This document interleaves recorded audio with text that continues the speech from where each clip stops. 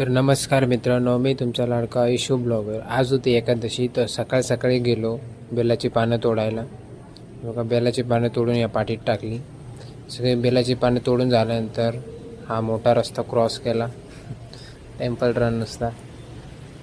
मग गेलो मोगरा तोडायला, मोगरा तोडून घेतला, बघू शकता तुम्ही. मग अजून हे एक फूल आहे, याचं मला नाव नाही माहिती, हे पण तोडून घेतलं. हे सगळे आपल्या घराजवळच आहे, त्यामुळे सगळे जे झेंडू ह्याला पण तोडला. आता सगळे तयारी झाली होती, त्यात एक गुलाबची बाकी होती. तो गुलाब पण आलेला होता, ते पण तोडून घेतलं.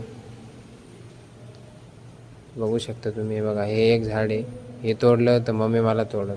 याला पण घेतलं दोन काढून. सगळे आता ओके झालं.